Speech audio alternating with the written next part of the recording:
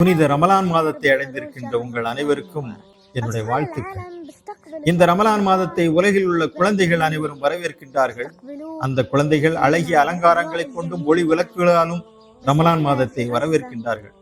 ஆனால் நாங்கள் இங்கே கசாவில் வெடிகுண்டுகளின் வெளிச்சத்தில் ரமலானை வரவேற்றுக் கொண்டிருக்கிறோம்.